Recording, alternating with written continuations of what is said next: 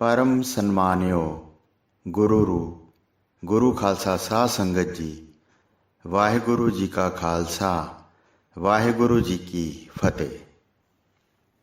श्रीमान संत संगत सिंह जी कमालीए वाले कई वारी श्री सुखमनी साहब की महानता कथा विच सुणाउंदे हुंदे सन। श्रीमान फतेह चंद जी सेवापंथी शाह जीवने वाले तो उन्होंने इस पवित्र बाणी के अर्थ सिख लए। फिर टोबा टेक सिंह पहुँच के गुरुद्वारे विच कथा शुरू कर दी। जदों एक दिन कथा करके गुरुद्वारे तो बाहर निकले तो आप जी के चरणों उत्ते एक दुखी नौजवान मुसलमान डिग पिया। बेनती करन लगा कि हे रब वालिओ, मैं जलंधर तो कंगाल हो के कल शाम नूं इत्थे अपनी पत्नी नाल पहुंचिया हाँ। असीं मस्जिद विच गए, उत्थे मुजावरां तो रोटी अते सौण लई मंग कीती, पर उन्हां ने कहा इत्थे रहण दा अते रोटी दा कोई प्रबंध नहीं है। फिर असीं गुरुद्वारे चले गए। इत्थे भाई जी ने सानूं प्रसादा छकाया, सौण लई मंजा अते बिस्तरा भी दिता। अज सवेरे मैं आप जी की रसना तो अल्लाह की कलाम सुनी ते मैनूं बहुत ठंड पै गई। हुण अल्लाह वालिओ, मेरे ते रहम की निगाह करो ते मैनूं इस कंगाली वाली अवस्था विचों कढो। संत महाराज जी ने उसनूं सुखमनी साहब जी की एक तुक उर्दू विच लिख दिती। प्रभ कै सिमरन रिद्ध सिद्ध नौ निध।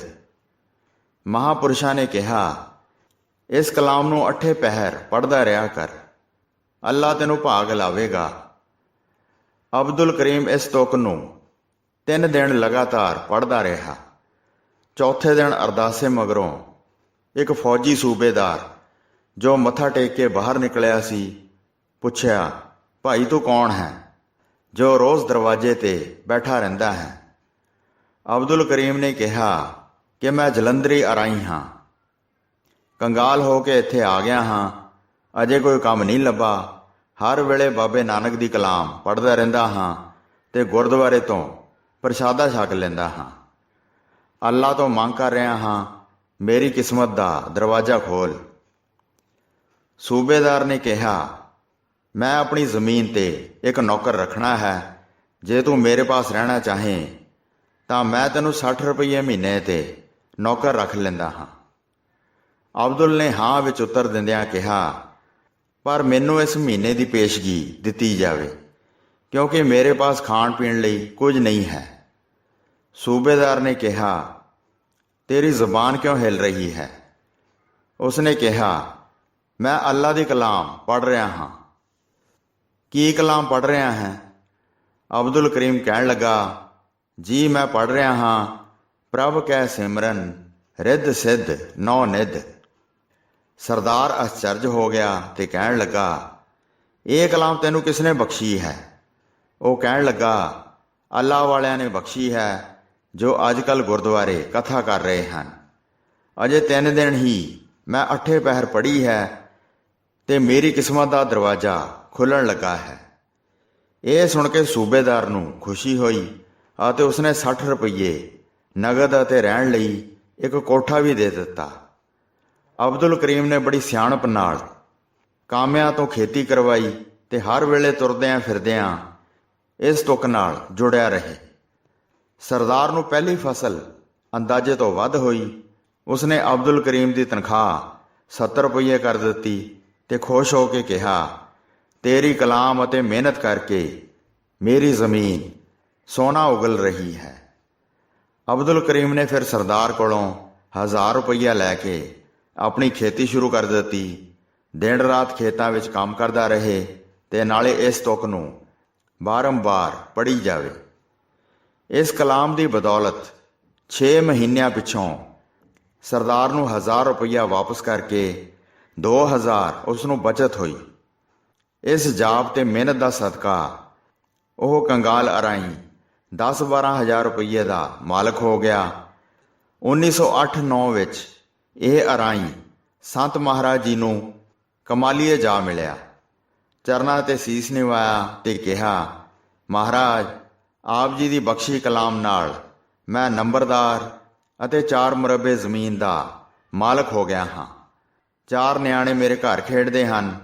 ਹੁਣ ਮੈਨੂੰ ਐਸੀ ਕਲਾਮ ਬਖਸ਼ੋ ਜਿਸ ਨਾਲ ਮੇਰਾ ਪਰਲੋਕ ਵੀ ਸੁਖੀ ਹੋ ਜਾਵੇ। ਤਾਂ ਸੰਤਾਂ ਨੇ ਕਿਹਾ, ਸਵੇਰੇ ਉਹੀ ਕਲਾਮ ਪੜ੍ਹਿਆ ਕਰ ਤੇ ਰਾਤ ਨੂੰ ਕੰਮ ਧੰਦਿਆਂ ਤੋਂ ਵਿਹਲਾ ਹੋ ਕੇ ਦੂਜੀ ਇਹ ਕਲਾਮ ਪੜ੍ਹਿਆ ਕਰ। ਪ੍ਰਭ ਕੈ ਸਿਮਰਨ ਗਿਆਨ ਧਿਆਨ ਤਤ ਬੁੱਧ। ਇਸੇ ਤਰ੍ਹਾਂ ਸੰਤ ਮਹਾਰਾਜ ਜੀ ਨੇ ਉਕਾੜੇ ਦੇ ਇੱਕ ਨੰਬਰਦਾਰ ਨੂੰ ਵੀ ਉਰਦੂ ਵਿੱਚ ਛਪਿਆ ਹੋਇਆ ਸ਼੍ਰੀ ਸੁਖਮਨੀ ਸਾਹਿਬ ਦਾ ਗੁਟਕਾ ਬਖਸ਼ਿਆ, ਜਿਸ ਨੂੰ ਉਹ ਦਿਨ ਰਾਤ ਮਸਜਿਦ ਵਿੱਚ ਪੜ੍ਹਦਾ ਰਹਿੰਦਾ ਸੀ। ਇਸ ਬਾਣੀ ਨੇ ਉਸ ਦਾ ਲੋਕ ਪਰਲੋਕ ਸਵਾਰ ਦਿੱਤਾ।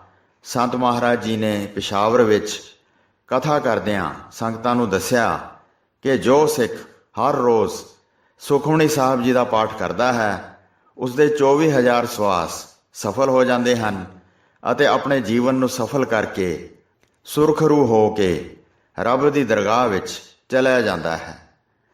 ਗੁਰਬਾਣੀ ਦੇ ਰਸੀਏ ਪੂਰਨ ਬਾਲ ਬ੍ਰਹਮਚਾਰੀ ਸ਼੍ਰੀਮਾਨ 108 ਬ੍ਰਹਮ ਗਿਆਨੀ ਸੰਤ ਅਮੀਰ ਸਿੰਘ ਜੀ ਸ਼੍ਰੀ ਅੰਮ੍ਰਿਤਸਰ ਵਾਲੇ, ਉਹਨਾਂ ਦੇ ਗੁਰਦੇਵ ਮਹੰਤ ਬਾਬਾ ਉੱਤਮ ਸਿੰਘ ਜੀ ਨੇ ਜਿਸ ਸਮੇਂ ਤੋਂ ਮਿੱਠੇ ਟਿਵਾਣੇ ਮਹੰਤ ਭਾਈ ਹਰੀ ਸਿੰਘ ਜੀ ਹੋਰਾਂ ਪਾਸੋਂ ਬਾਲ ਅਵਸਥਾ ਤੋਂ ਸ਼੍ਰੀ ਸੁਖਮਨੀ ਸਾਹਿਬ ਜੀ ਦਾ ਪਾਠ ਕੰਠ ਕੀਤਾ ਸੀ, ਸਾਰੀ ਉਮਰ ਭਾਵ ਬਿਕਰਮੀ ਸੰਮਤ 1923 ਤੋਂ ਲੈ ਕੇ ਸੰਮਤ 2017 ਤੱਕ ਅਖੀਰਲੇ ਸਵਾਸਾਂ ਤੋੜੀ ਰੋਜ਼ ਨਿਯਮ ਨਾਲ ਸ਼੍ਰੀ ਸੁਖਮਨੀ ਸਾਹਿਬ ਜੀ ਦੇ ਪਾਠ ਬੜੇ ਪ੍ਰੇਮ ਤੇ ਵਿਸ਼ਵਾਸ ਨਾਲ ਕਈ ਰੋਜ਼ ਦੇ ਆਪ ਕਰਦੇ ਤੇ ਸੁਣਦੇ ਰਹਿੰਦੇ ਸਨ। ਬਾਬਾ ਜੀ ਜਦ ਵੀ ਸ਼੍ਰੀ ਸੁਖਮਨੀ ਸਾਹਿਬ ਜੀ ਦੇ ਪਾਠ ਦਾ ਭੋਗ ਪਾਉਂਦੇ ਸਨ ਤਾਂ ਇਹਨਾਂ ਤੁਕਾਂ ਦਾ ਪਾਠ ਜ਼ਰੂਰ ਪੜ੍ਹਦੇ ਹੁੰਦੇ ਸਨ। ਸੁਖਮਨੀ ਸੁੱਖਾਂ ਦੀ ਨਿੱਧ, ਪੜ੍ਹਦਿਆਂ ਸੁਣਦਿਆਂ ਦੇ ਕਾਰਜ ਸਿੱਧ। ਸੁਖਮਨੀ ਪੜ੍ਹੀਐ ਦਿਨ ਰਾਤੀ, ਸੁਖਮਨੀ ਸੁੱਖਾਂ ਦੀ ਦਾਤੀ। ਸੁਖਮਨੀ ਜੇ ਕੋਈ ਪੜ੍ਹੈ ਸੁਣਾਵੈ, ਮਨ ਬਾਂਛਤ ਫਲ ਕੋ ਸੋ ਪਾਵੈ। ਸੁਖਮਨੀ ਕਾ ਪਾਠਕ ਜੋਏ, ਮੁਖ ਤੇ ਜੋ ਬੋਲੈ ਸੋ ਹੋਏ। ਅਨ ਦਿਨ ਸੁਖਮਨੀ ਜੋ ਰਰੇ, ਭਵ ਸਾਗਰ ਤੇ ਸੋ ਨਰ ਤਰੇ। ਅਤੇ ਹਰ ਇੱਕ ਪ੍ਰੇਮੀ ਨੂੰ ਬਾਬਾ ਜੀ ਕਹਿੰਦੇ ਹੁੰਦੇ ਸਨ ਕਿ ਜੋ ਵੀ ਪ੍ਰਾਣੀ ਸੁਖਮਨੀ ਸਾਹਿਬ ਜੀ ਦਾ ਪਾਠ ਸ਼ਰਧਾ ਨਾਲ ਪੜ੍ਹੇਗਾ ਸੁਣੇਗਾ, ਉਸ ਦਾ ਲੋਕ ਪਰਲੋਕ ਸਫਲਾ ਹੋ ਜਾਏਗਾ। ਹੋਈਆਂ ਭੁੱਲਾਂ ਚੁੱਕਾਂ ਦੀ ਖਿਮਾ ਬਖਸ਼ਣੀ ਜੀ। ਦਾਸ ਨੂੰ ਆਗਿਆ ਦਿਓ। ਵਾਹਿਗੁਰੂ ਜੀ ਕਾ ਖਾਲਸਾ, ਵਾਹਿਗੁਰੂ ਜੀ ਕੀ ਫਤਿਹ।